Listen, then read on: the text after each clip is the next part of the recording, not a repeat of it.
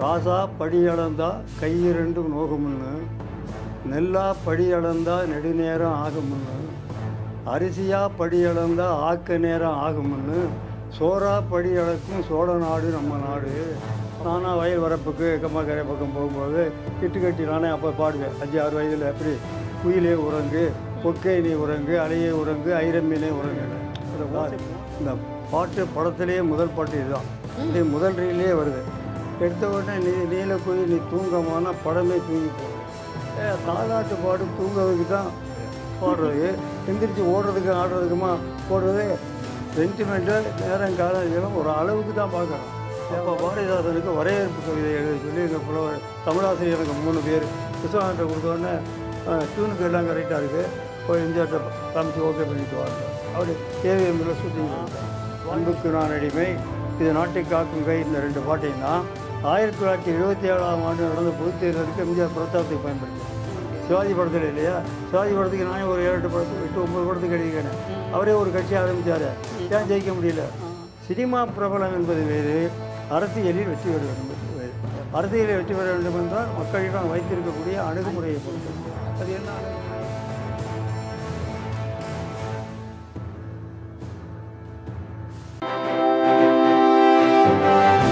விறுவிறுப்பான அரசியல் நிகழ்வுகளை பற்றிய ஆய்வுகள், நியாயங்களின் நிறம் மாறாத கூர்மையான விமர்சனங்கள், தீமைகளை சுட்டெரிக்கவும் நல்ல அரசியலை வளர்த்தெடுக்கவும் அறிவார்ந்த விவாதங்கள், இளைய தலைமுறையிடம் விழிப்புணர்வை ஊட்டும் விரிவான வரலாற்று விளக்கங்கள், கலை, இலக்கியம், ஆன்மீகம், பண்பாடுகளை படம் பிடித்து காட்டும் கருத்தோவியங்கள் வாரந்தோறும் உங்கள் தமிழருவி தர்பாரில் அணிவகுக்கும்.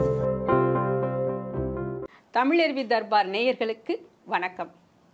இன்றைய சந்திப்போமா நிகழ்ச்சியில் நம்மிடையே மூத்த திரைப்பட பாடலாசிரியர் கவிஞர் முத்துலிங்கம் அவர்கள் நம்மோடு இணைந்திருக்கிறார்.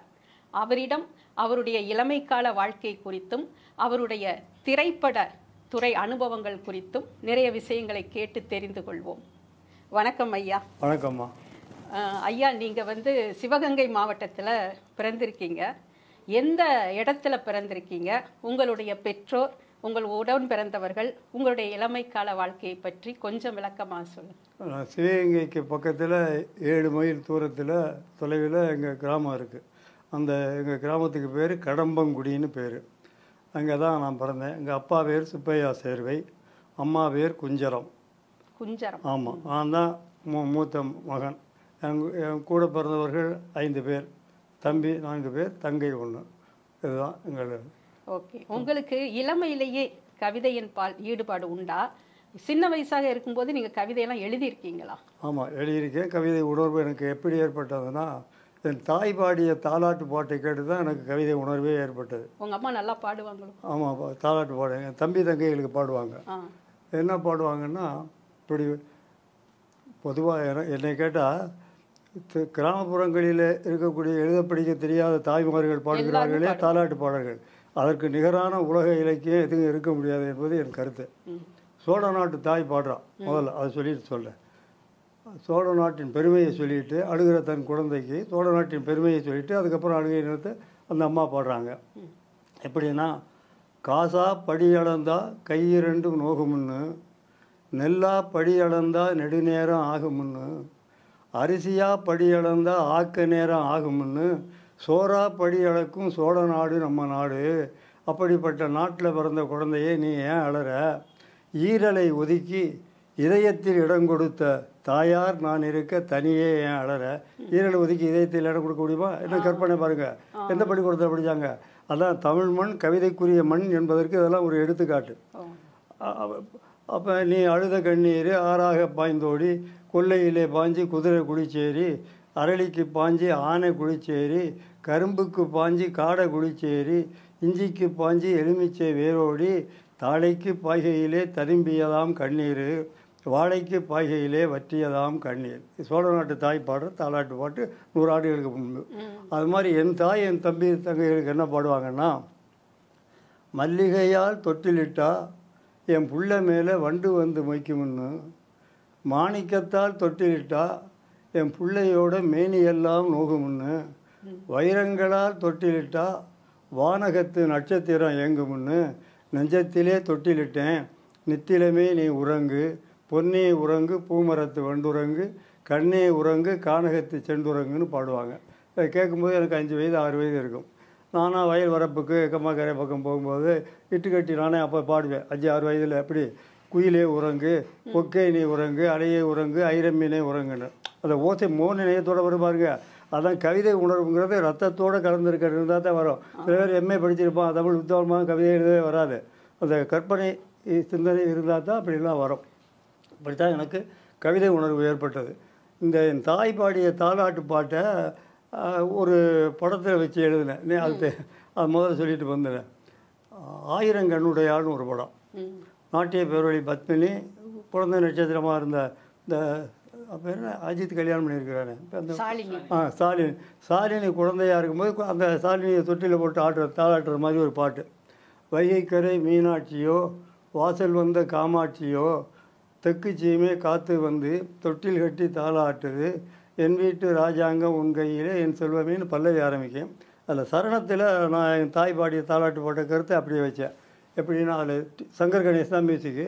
டியூன் என்னென்னா தானநன்னா தன்னநன்னா தானநன்னா தன்னநன்னா தன்னநன்னா தானநன்னா தானநன்னா தன்னநன்னா அவ்வளோதான்.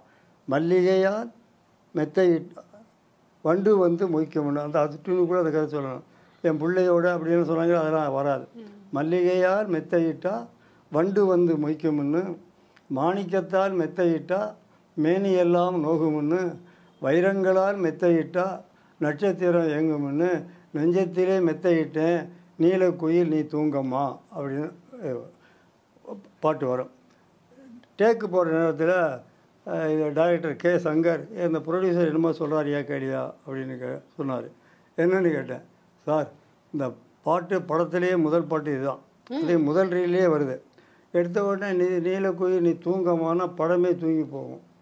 ஆனால் இது ஆடமா ஓடமான்னு எதை போடுங்களேன் அப்படின்னு.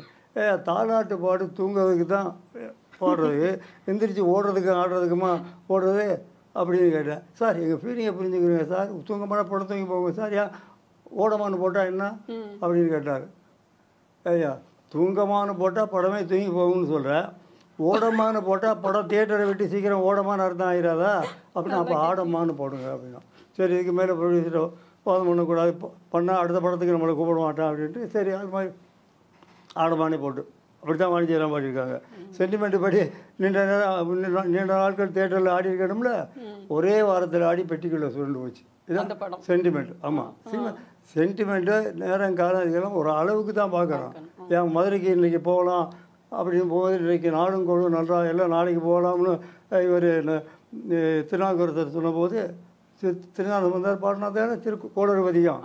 வெயிறு தோடிவங்கள் விடமுண்ட கண்டன் மிக நல்ல வீணை தடவி மாசரு திங்கள் கங்கை முடிமேல் அணிந்தன் உளமே புகுந்தாதனால் ஞாயிறு திங்கள் செவ்வாய் புதன் வியாழன் வெள்ளி சனிபாம் 2 உடனே ஆசரும் நல்ல நல்ல அவை நல்ல நல்ல அடியாரவருக்கு மிகவே அவரே அப்படி பாடியிருக்கிறார்ல.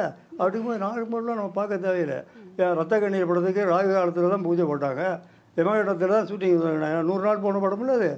யமராவுக்கு மறுவாழ்வு கொடுத்த படம்ல, திருவாரூர் தங்கரசைக்கு மிகப்பெரிய புகழை தேடி தந்த படம்ல. அது சென்டிமெண்ட்டுங்கிற ஒரு அளவு பார்க்கணும். இதை முதல்ல சொல்லிவிட்டு அதுக்கப்புறம் நான் என் தாய்பாட தாலாட்டு பாட்டை சொன்ன உடனே அதை வச்சு என்ன எழுதுனீங்கிறத முதல்ல சொல்லிடணுங்கிறதுக்காக சொன்னேன். அதுக்கப்புறம் பள்ளிக்கூடத்தில் படிக்கும்போது இங்கே படிக்கும்போது தான் யார் பழக்கணத்தை முழுமையாக கற்றுக்கொண்டேன். பள்ளியில் படிக்கும்போது 9ஆம் வகுப்பு 10ஆம் வகுப்பு படிக்கும்போது 9ஆம் வகுப்பில் எங்களுக்கு மனப்பாடச்சி விழா கம்பராமாயணம் இது நாட்டுப்பாடத்தில் 5 பாடல் மனப்பாடச்சி விழா இருந்தது. அதை படிக்கும்போது இந்த ஓசை இணையத்தால் இருக்கப்பட்டு இவ்வளவு 4 செய்யுளே நமக்கு இவ்வளவு இனிமையை தருகிறது, முழுமையாக படித்தா அப்படி இருக்குன்ட்டு மாலை நேரத்தில் கோகலையாண்டு ஒன்று இருக்கும், லைப்ரரி மத்திய மாவட்ட நூலகம், ராமநாதபுரம் மாவட்ட தலைமை நூலகம் எங்கள் சிவகங்கையில் தான் இருந்தது. இங்கே போய் படித்தேன். அர்த்தம் தெரிஞ்சு படிக்கலை. இப்போ பள்ளி படிப்பு 10ஆம் வகுப்பு எஸ்எஸ்எல்சி படித்து முடிக்கிறதுக்குள்ளே நான் ஒரு காவியத்தை முழுமையாக படித்தேன்னா அது கம்பராமாயணம் தான். அதுக்கப்புறம் சிலப்பதிகாரம் தான் படித்தேன், அர்த்தம் தெரிஞ்சு படிக்கலை. ஓசை நேசத்தால் ஏற்கப்பட்டு படித்தேன். அதுக்கப்புறம் அப்போவே எனக்கு 100 பாட்டு 200 பாட்டு மனப்பாடம் ஆயிடுச்சு. அதுக்கப்புறம் தான் முறையாக கற்றுக்கொண்டு எல்லாம் படித்தேன். அங்கே படிக்கும்போது தான் நான் 10ஆம் வகுப்பு படிக்கும்போது எங்கள் பள்ளியில் பாரதியார் விழா நடத்தினோம். அப்போ பாரதிதாசனை தான் அழைச்சிருந்தோம். அப்போ பாரதிதாசனுக்கு வரவேற்பு கவிதை எழுத சொல்லி எங்கள் புலவர் தமிழாசிரியர் எனக்கு 3 பேர், புலவர் தட்சிணாமூர்த்தின்னு ஒருவர், இன்னொரு வரதராச கோனார்னு ஒருவர், இன்னொருவர் வீர ராமலிங்கம் பிள்ளை என்ற வீர இளங்கோன்னு வருது. இது தட்சிணாமூர்த்தி புலவர் தான் நீயே ஒரு வரவேற்பு கவிதை எழுதியா பாரதிதாசனுக்குனாரு. அது எங்கள் வீர இளங்கோடு இன்னொரு தமிழாசிரியர் இல்லை தெரியும் நானே எழுதுகிறேன் எழுத வேண்டாம்ட்டார். அவர் பாரதியாரை பற்றி ரொம்ப சிறப்பாக பேசினார். என்ன பாரதியாரை பற்றி பலருக்கு தெரியாத ஒரு செய்தி அங்கே தான் அப்போ தான் சொன்னார். பாரதியார் விருந்துக்கு யாராவது அழைச்சா நம்ம மாதிரி முன்னால் இலை போட்டு சாப்பிட மாட்டாராம். முன்னால் இலை போட்டு சாப்பிட்டா சாம்பார் ஊற்றுவேன், ரசம் ஊற்றுவேன், மோர் ஊற்றுவேன், எல்லாம் ஊற்றுவான். அப்போ குனிந்து பிசைந்து சாப்பிடணும். அப்போ குனிந்து பிசைந்து சாப்பிட்டா அது அந்த சமையற்காரனுக்கு தலைவணங்குவதாக ஆகிவிடும். அது நம்ம சுயமரியாதைக்கு இழுக்குன்னு கருதி பக்கவாட்டில் கிட்ட ஒருத்தர் இருப்பார்ல, கிட்ட ஒருத்தர் இருப்பார், பக்கவாட்டில் இலையை போட்டு சோறு குழம்பு இதெல்லாம் ஊற்றி வச்ச பிற்பாடு அதை ஒரு பார்வையை பார்த்துட்டு அப்படியே அதை பார்க்காம அள்ளி அள்ளி போட்டுக்கொள்வாராம். சொல்லும்போது கிடைக்குது சின்ன சிறுபிள்ளைத்தனம், பிள்ளை குறும்பாக இருக்க, பிள்ளை விளையாட்டுத்தனமாக இருக்கேன்னு நாங்கள் தமிழாசிரியர் நாங்கள்லாம் பேசிக்கிட்டோம். அப்படி பல விஷயங்கள் சொன்னார். சொல்லிவிட்டு எங்கள் தலைமை ஆசிரியர் நாராயண சேர்வை அவர் அறையில் இருந்தார். அப்போ எங்கள் புலவர் தட்சிணாமூர்த்திங்கிறவர் என்னை அழைத்து கொண்டு போய் நான் எழுதி வைத்திருந்த கவிதை நோட்டையும் வாங்கிட்டு போய், எங்கள் மாணவன் பெயர் முத்துலிங்கம், யாப்பிலக்கணத்தையெல்லாம் முழுமையாக படித்தவன், எல்லா வகையான பாக்களையும் எழுதுவான், நீங்கள் எழுதக்கூடிய அந்த நொண்டிச்சிந்து கண்ணி இதுகள்லாம் கூட எழுதுவான், சில கவிதைகள் எழுதி வச்சுருக்கிறான், அதை புத்தகமாக போடணும்னு நினைக்கிறான், நல்லா இருந்தால் பார்த்து 4 வரி எழுதி கொடுங்க, அவனுக்கு அதை பயன்படும் அப்படின்னு சொல்லி பதிலுக்கு காத்திருக்காமல் நோட்டை வாங்கி கொடுத்துட்டாரு. உடனே எங்கள் தலைமை ஆசிரியர் நாராயண சேர்வே, ஆமாம் அவன் நம்ம பையன்தான் நல்லா எழுதுவான், எழுதி கொடுங்க அப்படின்னாரு. 20-25 நிமிஷம் படிச்சிருப்பார். அதில் 2 கவிதையை ரொம்ப பாராட்டினார். அதில் ஒரு கவிதை சினிமாவிலே வந்தது. அது என்ன கவிதைன்னு முதல்ல சொல்லிடுறேன். நீங்கள் எழுதிய முதல் கவிதை? முதல் கவிதை வேறு. நான் முதல் கவிதை எழுதுறது சுரதா இலக்கியம்னு ஒரு பத்திரிகை நடத்தினார் சுரதா. அதில் வெண்பா தென்றலில் கண்ணதாசன் வெண்பா போட்டி நடத்துனது மாதிரி இவர் குரல் வெண்பா போட்டி நடத்துகிறார். யார்? சுரதா, கவிஞர் சுரதா. அதில் கேள்வி கேட்பார், அகவற்பாவில் கேள்வி கேட்பார், நம்ம குரல் வெண்பாவில் பதில் எழுதணும். என்ன கேட்டார்னா, பறக்கும் நாவல் பழம் எது கூறுக, பறக்கும் நாவல் பழம் எது கூறுக. நான் எழுதினேன், திறக்கின்ற தேன்மலரை தேடி வரும் வண்டே பறக்கின்ற நாவற்பழம். வண்டு கருப்பார்கள். எனக்கு தான் அது சிறந்த பள்ளியில் படிக்கிற காலத்தில் அதில் அருமையான ஓமையாக இருக்கு. அதுக்கப்புறம் பல கவிதைகள் அவர் இதிலே வெளியிட்டாங்க, வந்தது பார்த்தேன். அப்போது பல பத்திரிகை, தனியரசுன்னு ஒரு பத்திரிகை நடத்துகிறார், அதில் வெளிவந்தது. அப்புறம் கல்கியில் வந்தது, எல்லாத்துலேயும் வந்தது பள்ளியில் படிக்கும்போது. அதுக்கப்புறம் அப்போ தான் சுரதா தான் என்னை கவிஞன்னு என் கவிதையை வெளியிட்டு கவிஞன் நாட்டுக்கு அறிமுகப்படுத்தியவரே சுரதா தான். அதுக்கப்புறம் தான் அது சில கவிதைகள் எல்லாம் எழுதிட்டு அந்த நூட்டை பாரதிதாசன் பார்த்தார். அதில் 2 கவிதையை ரொம்ப பாராட்டினார். அதில் ஒரு கவிதையை சொல்லிடுறேன் உங்கள்கிட்ட. ஏற்கனவே சில சேனலில் சொன்னேன், நம்ம தமிழறிவி தர்பாரில் வரணுங்கிறதுக்காக சொல்கிறேன். ஏன்னா தமிழ் உணர்வுடையவர்கள் அதிகமாக பார்க்கக்கூடிய நிகழ்ச்சியில் அதுக்காக சொல்கிறேன்.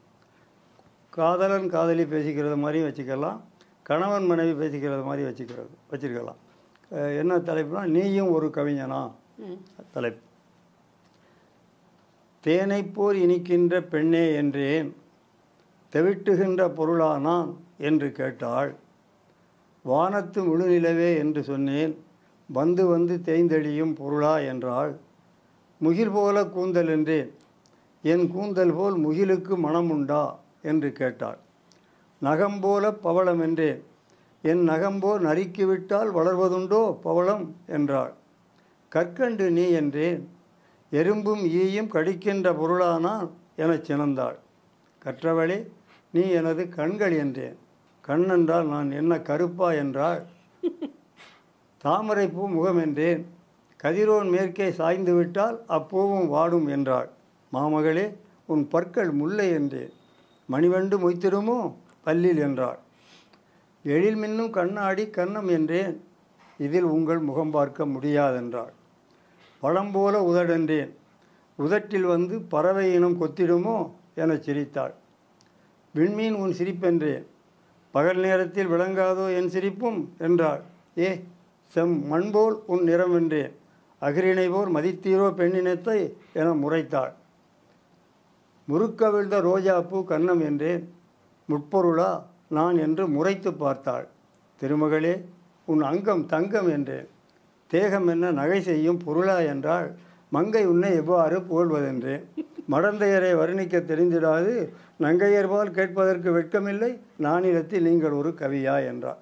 இதுதான் பாரதிதாசன் பாராட்டின முதல் கவிதை. அதுக்கப்புறம் இன்னொரு கவிதை பகுத்தறிவு இயக்கத்தை சேர்ந்தது. அந்த கவிதையிலேயே பெண்மைக்கே உண்டான அந்த எடக்கு மடக்குத்தனம், அந்த எதுக்கெடுத்தாலும் சந்தேகப்படுற ஒரு எல்லாத்தையும் கொண்டு வந்து சேர்த்துருக்கீங்க அதில். அப்படியே இதாம்மா பாரதிதாசன் பாராட்டின என்னுடைய முதல் கவிதை. அவரிடம் அந்த வாழ்த்துறை வாங்கி வெண்ணிலாங்கிற கவிதை தொகுதி வெளியிட்டோம். அந்த அப்போ ராமநாதபுரம் மாவட்டம் தானே, அது சிவகங்கை மாவட்டம் கிடையாது, இப்போ சிவகங்கை மாவட்டம், அப்போ ஒன்றிணைந்த ராமநாதபுரம் மாவட்டம். ராமநாதபுரம் மாவட்டத்திலேயே முதல் பாரதிதாசன் முன்னுரையுடன் வெளிவந்த முதல் கவிதை தொகுதி என்னுடைய கவிதை தொகுதி தான். அது பேர் வெண்ணிலா. அதுதான் வந்தது. நீங்க முதல்ல சென்னைக்கு எப்போ வந்தீங்க?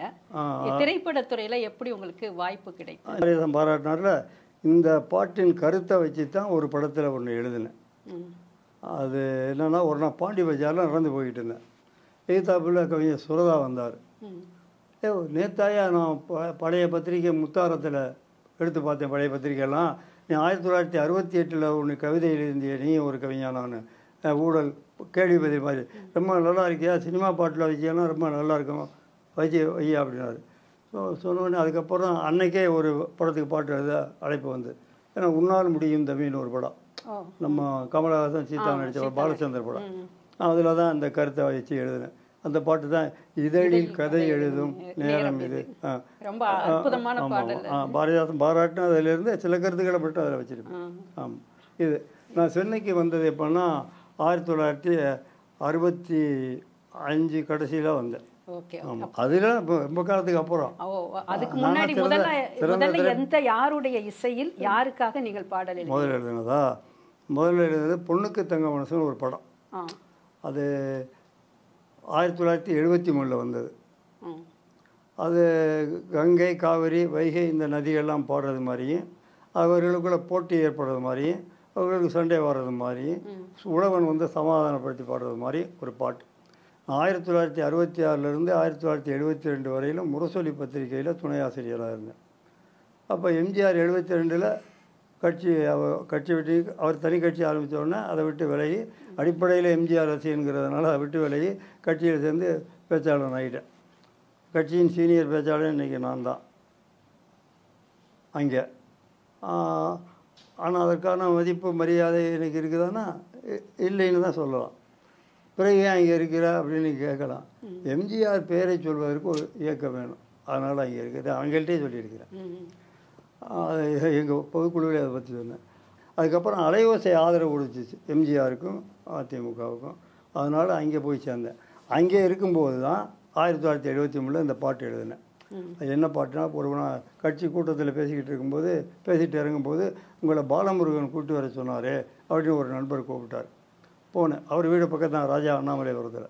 போன உடனே சொன்னார், கங்கை காவிரி வைகை நதிகள் பாடுறது மாதிரியும், அவங்களுக்குள்ள போட்டி ஏற்பட்டு சண்டை ஏற்படுறது மாதிரியும், உழவன் வந்து சமாதானப்படுத்தி பாடுறது மாதிரியும் ஒரு பாட்டு எழுதுங்க. ஜி.கே. வெங்கடேஷ் தான் மியூசிக்கு, எழுதின பாட்டுக்கு டியூன் பண்ணுவார், நம்ம பண்ண சொல்லிக்கலாம் அப்படின்னாரு. நான் பேசாமல் இருந்தேன்.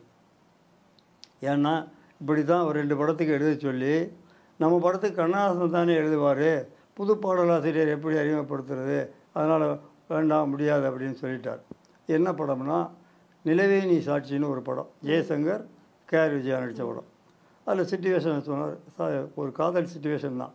நான் எழுதினேன், காவேரி நதிக்கும் கரை உண்டு, காவேரி நதிக்கும் கரை உண்டு, நம் காதலுக்கும் ஒரு கதை உண்டு, பாடல்களில் 4 வகை உண்டு, உன் பார்வையில் 1000 பொருள் உண்டு அப்படின்னு. பாட்டு நல்லா தான் இருக்குது அப்படின்னு சொல்லிட்டு போனார். நம்ம படத்துக்கு கண்ணதாசன் எழுதுவார், புதுக்கவிஞர் எப்படி எழுதப்படுத்துகிறேன் டைரக்டர் மாதம் வேண்டாம்ட்டார். அதுக்கப்புறம் பட்டிக்காடா பட்டணமானு ஒரு படம், ஜெயலலிதா சிவாஜி கணேசன் நடித்த படம். அதில் சிவாஜி கணேசன் தீச்சட்டி எடுத்து ஆடுற மாரியம்மன் கோயிலில் ஒரு பாட்டு முதல்ல போட்டாங்க, யாதுமாகி நின்றாய் காளி எங்கும் நீ நிறைந்தாய் அப்படின்னு போட்டு வரோம். அதுக்கு தான் எழுதினேன். அந்த தீச்சட்டி எடுத்து ஆடுறதுக்கு பாலமுருகன் சொன்னார், சிவாஜியை பற்றி புகழ்ந்து ஏதாவது ஒரு வார்த்தை ஏதாவது ஒரு வரது மாதிரி ஒரு எழுதியா, அவங்க ஓகே பண்ணுவாங்க அப்படின்னு சொன்னார். நான் எழுதினேன், ஊரை காக்கும் மாரியம்மா காளியம்மா நீயே, உலகமெல்லாம் சஞ்சலங்கள் தீர வேணும் தாயே, சூரன் குடலை கிழிச்சவளே வீரபத்திர காளி, பகையை தூச்சியாக மிதிப்பேன் நான் வீரம் மறவேன் ஜாதி அப்படின்னு சிவாஜியை புகழ்ந்து பாடுறது மாதிரி அப்படி அதுவும் எழுதினேன். அதே மாதிரி ஓகே பண்ணுவார் நடிச்சு போனார். இதுக்கும் அதே மாதிரி தான் இல்லை. நம்ம படத்தில் கண்ணாதானே எழுதுவார், புது பாடலாசிரியர் எப்படி அறிமுகப்படுத்துறதுன்ட்டு சொல்லிட்டார். அது மாதிரி தானே இதுக்கும் ஆக போகுதுன்ட்டு நான் பேசாமல் இருந்தேன். உடனே அவர் சொன்னார், நீங்கள் நினைப்பது முத்திரியும் புரிகிறது, நீங்கள் நினைக்கிறது மாதிரி இல்லை, இந்த படம் உங்கள் பாட்டு இல்லாமல் வெளிவராது. ஏன்னா இல்லை தான் சிவகுமாரை கதாநாயகனை நடிக்க வைக்கிறோம். சிவகுமாருக்கு முன்னால் துணை கதாநாயகன் தான் நடிச்சுக்கிட்டு இருந்தார். இதில் தான் முழுமையான கதாநாயகன் வராரு. இன்னொரு பஞ்சாட்சரம்னு ஒரு நடிகர், நாடக நடிகர், அவரை இதில் தான் அறிமுகப்படுத்துகிறோம். அவரை உங்களுக்கு தெரியும், விஜயகுமாருங்கிற பேரில் அவரை அறிமுகப்படுத்துகிறோம். விதுபாலான்னு ஒரு மலையாள நடிகர் அறிமுகப்படுத்துகிறோம். அதனால் நீங்கள் சொன்ன புது பாடலாசிரியரை இதில் அறிமுகப்படுத்துவோம், முத்துலிங்கத்திட்ட சொல்லி இந்த சிச்சுவேஷனுக்கு அவரே எழுத சொல்லுங்கன்னு டைரக்டர் மாதவன் தான் சொன்னார். அதனால் நீங்கள் தைரியமாக எழுதலாம்ட்டார். அப்படி எழுதிட்டு போன பாட்டு தான் அது. அந்த பாட்டு என்னென்னா, நான் எழுதிட்டு போன பாட்டு வரல, என்ன பாட்டுனா அது காவேரி பாடுற மாதிரி தான் ஆரம்பமாகும். ஊரு செழிக்க நாடு செழிக்க ஓடி வந்த ஆறு, உலக மக்கள் பொன்னி என்று எனக்கு வச்சார் பேர், தஞ்சாவூர் பக்கத்தில் என்னை பற்றி கேளு, நான் தாவி பாயும் இடங்களெல்லாம் மணக்குமடி சோறு அப்படின்னு வரும். பாலமுருகன் பாட்டு நல்லாயிருக்கு. இந்த மணக்குமடிங்கிறது பதிலாக மலருமடின்னு மாற்றிக்கலாமா அப்படின்னு கேட்டார். ஏன் அப்படின்னு, மணக்குமடினா ஏதோ உச்சரிப்பு சரியில்லை, நக்குமடின்னு காதில் இருக்கும், அதனால் மலருமடின்னு மாற்றிக்கலாம். மாற்றிக்கிறேன், பாட்டு எழுதுகிறவனை மாற்ற மாட்டியல்ல அப்படின்னு. இல்லை அதெல்லாம் மாற்ற மாட்டோம் அப்படின்னு. அப்போ நீங்கள் எது வேணாலும் மாற்றிக்கிறீங்கன்ட்டு. அப்புறம் அவர்கிட்ட கொண்டு போய் ஜி.கே. வெங்கடேஷை கொடுத்த உடனே பாட்டு நல்லாயிருக்கு, எல்லாம் ஒரே தாளத்தில் இருக்குது, 3-4 பேர் பாடுறதுனால வெவ்வேறு மெட்டு போட்டு எழுதுறது தான் நல்லாயிருக்கும், நாங்கள் மெட்டு போடுறோம், அதுக்கு நீங்கள் எழுதுங்கன்றார். சரி 2 நாள் மெட்டு போட்டார், வரல சரியா. அதுக்கப்புறம் 2வது நாள் சாயந்தரம் மாதவன் சொன்னார், கொஞ்சம் வருத்தப்பட்டு கோவப்பட்டு, என்ன நாயுடு இன்னும் மெட்டு வரல, அவர் அப்படி தான் பேசிக்கிடுவாங்க. மெட்டு தானே வேணும், என்னுடைய உதவியாளர் நிறையா மெட்டு வச்சுருக்கான், பாட சொல்கிறேன், உனக்கு பிடிச்சா அதில் ஏதாவது 1-2 வச்சுக்க, 4 பேர் பாடாமல மீத விட்டத்துக்கு நான் போட்டுக்கிறேன் அப்படியாது. சரின்னு பாட சொன்னாங்க. பாடினதில் பல்லவிக்கு போட்ட மெட்டும் இந்த உழவன் பாடுறதுக்கு போடுற மெட்டும் ஒன்று சரியாக இருந்தது, இது 2க்கும் வச்சுக்கலாம், மற்றதுக்கு மெட்டு போடுங்கன்றார். அந்த உதவியாளர் போட்ட மெட்டு பல்லவி மெட்டுக்கு தான் நான் எழுதினேன். அந்த பாட்டு தான் தஞ்சாவூர் சீமையிலே கண்ணு தாவி வந்தேன் பொன்னியம்மா, பஞ்சந்தீர பூமியிலே நான் பாடி வந்த கண்ணியம்மான்னு ஒரு பாட்டு. சீர்காழி கோவிந்தராஜன், எஸ் ஜானகி, பூரணி, சசிரேகா, இந்த 4 பேரும் பாடின பாட்டு. அந்த அந்த அந்த உதவியாளர் போட்ட மெட்டுக்கு தானே எழுதினேன். ஆனால் அந்த உதவியாளர் பேர் படத்தில் வராது, வேற ஒருத்தர் பேர் தான் வரும். அந்த உதவியாளர் தான் இன்றைக்கு உலக புகழ்பெற்ற இசையமைப்பாளர் இசைஞானி இளையராஜா. அப்போ இளையராஜா இசையில் முதல் சினிமாவுக்கு எழுதியவன் என்ற பெருமை எனக்கு தான் உண்டு, அல்லது என்னுடைய பாட்டுக்கு தான் அவர் இசையமைச்சார்னு சொல்லலாம். இதை நான் தான் எல்லா இடத்தையும் சொல்லிக்கிட்டு இருக்கேனே தவிர அவர் ஒரு இடத்துலையும் கூட சொல்லலை. இதை கூட அவரை வச்சுக்கிட்டே சொன்னேன். எம்.எஸ். விஸ்வநாதனுடைய முதலாண்டு நினைவஞ்சலி கூட்டம் இசைக்கலைஞர்கள் சங்கம், கமலா தியேட்டர் பக்கத்தில் இருக்கிற இசைக்கலைஞர்கள் சங்கம் இங்கே நடந்தது. இப்போ ராஜா தான் தலைமை, அவரை வச்சுக்கிட்டே சொன்னேன், இதை நான் தான் சொல்லிக்கிட்டு இருக்கேன், இவர் எங்கேயும் ஒரு நாள் கூட சொன்னதில்லை அப்படின்னு. அப்போ கூட அதை கேட்டு சிரிச்சுக்கிட்டாரே தவிர எதுவும் பேசலை. இதுதான் முதல் பாடல். அந்த காலத்தில் கரகாட்ட கலைஞர்கள்லாம் தென் மாவட்டங்கள் திருவிழாவில், கோயில் திருவிழாக்களில் இந்த பாடலை பாடி மிகப்பெரிய விளம்பரத்தை பாட்டுக்கு ஏற்படுத்தி கொடுத்தார்கள். எம்ஜிஆரோடு உங்களுக்கு எப்படி நெருக்கம் ஏற்பட்டது? மிகவும் பிடித்த பாடல்னா 2 பாட்டு சொல்லலாம். அவருக்கு பிடித்த பாடல்களை ஒன்று சொன்னால் 3 பாட்டை சொல்லலாம். இல்லை எல்லா பாட்டும் அவர் பிடிக்காம இது பண்ண மாட்டார், ரிகார்ட் பண்ண மாட்டார். மனசுக்கு ரொம்ப நெருக்கமான பாடல். அதாவது ஊருக்கூடை போன்னு ஒரு படம், அதில் ஒரு பெண், இவருக்கும் ஒரு மனைவிக்கும் பிறந்த ஒரு குழந்தை இறந்து விடும், அதை எடுத்து அடக்கம் பண்ணிட்டு வருவார். இன்னொரு பெண்ணுக்கு கணவனாக நடிச்சுக்கிட்டு இருப்பார் எம்ஜிஆர் அந்த படத்தை பொறுத்த வரையில். அந்த கணவனாக நடிச்சுக்கிட்டு இருக்கிறாரில் அந்த பெண்ணுடைய குழந்தைக்கு அன்றைக்கு பிறந்த நாள் பாட சொல்லுவாங்க, வாழ்த்தி, குழந்தைய வாழ்த்தி. சொந்த குழந்தை இறந்து போச்சு, அதை புதைச்சிட்டு அடக்கம் பண்ணிட்டு வராங்க, அதை எண்ணி சோகமாக பாடுவாரா, இந்த குழந்தைக்கு மகிழ்ச்சியாக பாடுவாரா, அப்படிப்பட்ட கெட்டான சூழ்நிலையில் அந்த பாட்டு. அதுக்கு பல்லவி எழுத சொன்னாங்க, எழுதினேன். நெஞ்சுக்குள்ளே அன்பு என்னும் கடல் இருக்குது, நினைக்கும் போது பாசம் என்னும் அலை அடிக்குது, என் கண்ணுக்குள்ளே குழந்தை என்னும் மலர் சிரிக்கின்றது, என் கவிதைக்குள்ளே மழலை ஒன்று குரல் கொடுக்கின்றது. அதாவது நெஞ்சுக்குள்ளே அன்பு என்ன கடல் இருக்கும்போது நினைக்கும் போது பாசம் என்னும் அலையடிக்குதுன்னா குழந்தை முதல் குழந்தை நினச்சி பாதுகா. இன்னொன்று என் கண்ணுக்குள்ளே குழந்தை என்னும் மலர் சிரிக்கின்றது. என் இந்த குழந்தை இந்த பிறந்த நாள் கொண்டாடுகின்ற குழந்தை, என் கண்ணுக்குள்ளே குழந்தை என்னும் மலர் சிரிக்கின்றது, என் கவிதைக்குள்ளே மழலை ஒன்று குரல் கொடுக்கின்றது. இறந்து போன குழந்தை அது சொல்கிற மாதிரி எழுதிட்டு, எது நடக்கும் எது நடக்காது இது எவருக்கும் தெரியாது, எது கிடைக்கும் எது கிடைக்காது இது இறைவனுக்கும் புரியாது அப்படின்னு ஒரு பல்லவி. ரொம்ப நல்லா இருக்குன்னு எல்லாரும் சொல்லிட்டாங்க. எம்ஜிஆர் படத்தில் ஒரு பாடம் போக முடியாதுல்ல. ஆனால் எனக்கு ஒரே இடத்துல இருந்தால் பாட்டு வராது, நடந்து கொண்டே யோசிக்கணும். இல்லைன்னா அப்போவெல்லாம் ஆனால் இல்லை சுருட்டு பிடிச்சிக்கிட்டே யோசிப்பேன். அப்போ எனக்கு சுருட்டு பிடிக்கிற பழக்கம் உண்டு. பாரதிதாசன் மாதிரி அவருக்கு ஸ்பென்சர் சுருட்டுனா பிடிக்கும், அவர் சிகரெட்டு தான் பிடிப்பார். பாரதியார் சுருட்டு பிடிக்கிற பழக்கம் உடைய வரான், பாரதிதாசன் சொல்லியிருக்கிறாரு. ஆனால் இவர் நம்ம பாரதிதாசன் 2 பேருக்கு முன்னால் சிகரெட்டை சுருட்டை பிடிக்க மாட்டார். ஒருவர் பாரதியார், இன்னொருவர் பெரியார். எனக்கு சுருட்டு பிடிக்கிற பழக்கம் இருக்குது. அப்போ நான் எழுதினா 1600 பாட்டு, 250 பாடல்கள் ஹிட்டான பாட்டு. அதில் 100 பாட்டு சுருட்டு பிடிச்சிட்டு எழுதின பாட்டாக இருக்கும். இன்னொன்று நடந்துக்கிட்டே போகணும் வைத்த பாட்டு இருக்குது. சில பாடல்கள் தான் அப்படி உட்காந்து அப்பப்போ எழுதின பாட்டு.